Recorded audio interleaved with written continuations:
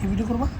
দেখেন মাংসগুলো কত ডিলিশিয়াস, আর বড় বড় আলু দিয়ে গরুর মাংস আমার অনেক পছন্দ।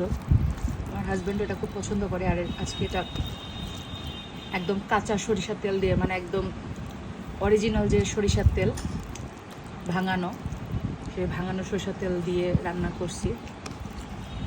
তো কেমন হয়েছে? মজা হয়েছে অনেক।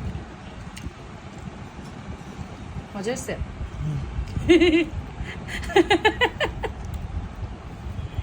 তিত্তি আমার রাইলের মতো, আমার রাইল যেরকম বলে তিত্তি। খাইছি না? আচ্ছা, রাইল কি এখনো তিত্তি বলে? না, আমি কথা শেষ। তিত্তি। আমার বোনের ছেলে আগে টেস্টি বলতে পারতো না, একদম ছোটবেলায় ও তিত্তি বলতো, সেটাই বললাম।